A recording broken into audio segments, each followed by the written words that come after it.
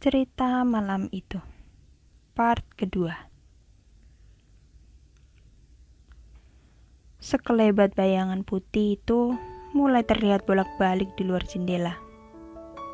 Sekali, dan berkali-kali lagi. Namun hanya Jun dan Ilham yang duduk menghadap jendela yang melihat. Mereka berdua diam, memancing rasa penasaran Roni dan Aris yang duduk membelakangi jendela. Sebelum sempat Roni dan Aris bertanya, Ilham melompat ke jendela dan menutup tirai tanpa menutup jendela. Hal tersebut tentu ganjil bagi tiga temannya. Namun sekali lagi, sebelum sempat bertanya, Ilham berkata, "Yuk tidur, pada nginep kan?" Saat itu, semua seolah menyadari rasa penasaran mereka tentang perempuan itu sudah lebih cukup malam itu. Tidak perlu bertanya lebih bila tidak siap dengan jawabannya. Semua tertuju untuk segera tidur, berharap semua akan baik-baik saja malam itu. Awalnya, mereka semua kesulitan untuk tidur. 30 menit, 45 menit, sampai 1 jam berlalu. Dan semua mulai terlelap setelah bergulat dengan imajinasi mengerikan mereka tentang apa yang baru terjadi. Kecuali Jun dan Ilham. "Ham, kamu belum tidur kan?" "Belum, Jun. Kenapa?" "Gak tahu kenapa. Aku ngerasa kamu sudah tahu kalau yang diomongin bakal datang."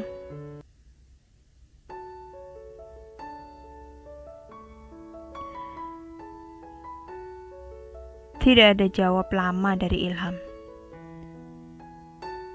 Sebelum ia mulai berkata, "Iya, aku sudah tahu itu. Pernah lihat juga. Tapi karena dua anak itu sangat antusias, ya biarin aja," jawab Ilham datar. "Kamu tidak takut, Ham?" "Oh, kamu kan sudah biasa ya." Jun mencoba memancing lebih jauh. "Ya takut sih, Jun. Bukan sama bentuknya. Tapi takut suka sama aku." Jawaban itu terdengar menyebalkan. Namun, nada bicara Ilham terdengar serius. "Ah, kamu. Masa yang seperti itu bisa suka sama manusia?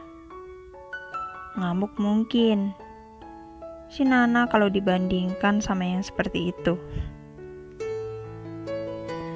"Aku serius, Jun.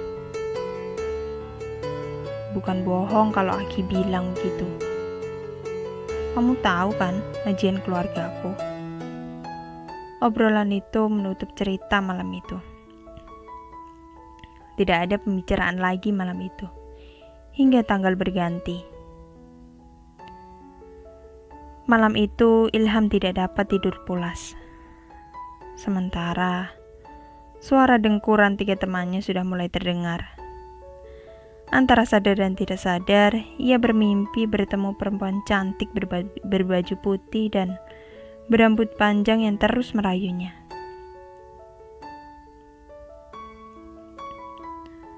Semua itu terasa sangat nyata.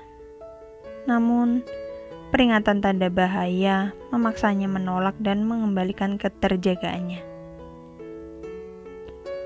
Dibukanya kedua matanya. Ia melihat perempuan itu di luar jendela. Entah kapan tirai kamar tersingkap, menatap tajam kepada Ilham batinnya mendengar rayuan perempuan itu. "Ayo ikut aku, jadilah penjaga dan ayah bagi anakku." Perempuan itu berdiri di sana dengan pakaian dan potongan rambut yang sama. Perbedaannya hanya terletak pada wajahnya yang hancur, kehitaman serupa gosong terbakar, dan mata yang jalang berwarna merah menyala seolah hendak melompat keluar. Ia tak sendiri. Ia menggendong bayi berkulit abu cenderung hitam. Bayi itu menatapnya lekat penuh makna. Ia tersenyum mengerikan. Sang ibu menatap Ilham pula penuh makna, seolah memintanya sudi menjadi ayah bagi anaknya. Namun dalam kekakuan tubuh, pikir Ilham menolak itu. Sekali lagi, merayu dan lagi, sampai Ilham memilih menutup mata dan berdoa sebelum dikalahkan takut. Sementara itu, kami yang mendengarkan cerita Om semakin terhenyak dan tenggelam dalam sofa di ruang tengah. Bulu kami semua berdiri. Beberapa menggigil seperti kedinginan. Padahal, udara terasa semakin panas dan pengap. Seolah seluruh penghuni halus rumah ini seperti menyambut kedatangan perempuan itu. Kembali ke cerita Om. Mereka berempat melalui malam itu baik-baik saja. Kecuali Ilham yang nampak sangat pucat ketika bangun. Selanjutnya, ia tidak keluar rumah selama 3 hari setelah kejadian itu. Bersembunyilah ia di kamar yang bertembok pagar gaib yang kokoh. Ia takut bukan kepalang, karena perempuan itu terus minta dikawinin. Menghiasi setiap mimpi buruknya dan bergelayut di tubuhnya sampai penjaga keluarga Ilham mengusirnya karena terus merengek. Setelah 3 hari, ia keluar rumah dan berkata semua sudah selesai. Syukurlah, semua baik-baik saja. Dan Om mengakhiri ceritanya. Selesainya cerita Om tidak membuat mereka pergi dari ruang keluarga. Sebaliknya, mereka justru semakin banyak. Seolah sedang diadakan pesta penyambutan bagi perempuan itu dan anaknya. Suasana sangat meriah. Kontras dengan para manusia di ruangan itu yang terdiam sunyi. Entah berapa banyak yang hadir di ruangan itu. Pastinya bukan hanya perempuan itu dan anaknya. Para penghuni mulai terasa kehadirannya satu persatu. Terutama bagi 2 orang yang sensitif akan hal itu. Gelak tawa bocah-bocah gaib terdengar nyaring. Nenek penunggu tangga pun hadir di situ. Bahkan, perempuan penunggu pohon di belakang pun ikut berkunjung. Kopi dan rokok kami pun mendadak terasa sangat hambar. Kami seperti menggantikan Om dan teman-temannya dalam cerita. Perlahan, semua tampak kemerahan. Dengan hawa mistis yang semakin kuat. Mungkin pemilik tubuh merah tinggi menjulang itu ingin juga menyambut sang tamu. Beberapa barang bertuah di lemari tampak mulai bergetar. Namun, ketika kami bersiap melihat barang tersebut terbang, 2 cangkir kota tiba-tiba tumpah seketika.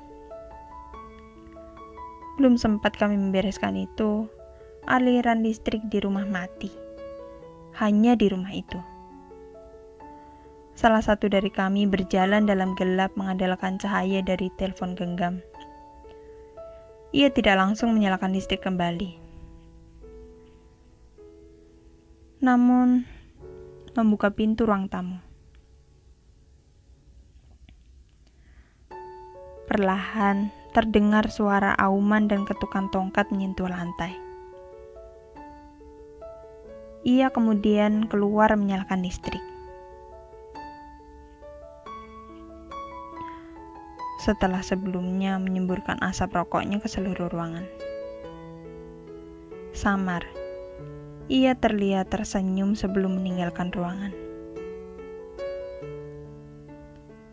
Di luar ruangan, ia menyalakan listrik rumah dan juga rokoknya. Ia menghirupnya dalam dan kemudian tersenyum. Perlahan, ia berbisik. Seperti 5 tahun yang lalu. Pamungkas.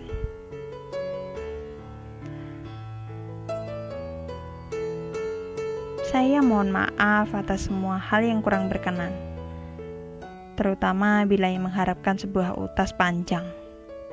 Perihal para penunggu rumah, mungkin satu saat akan saya ceritakan.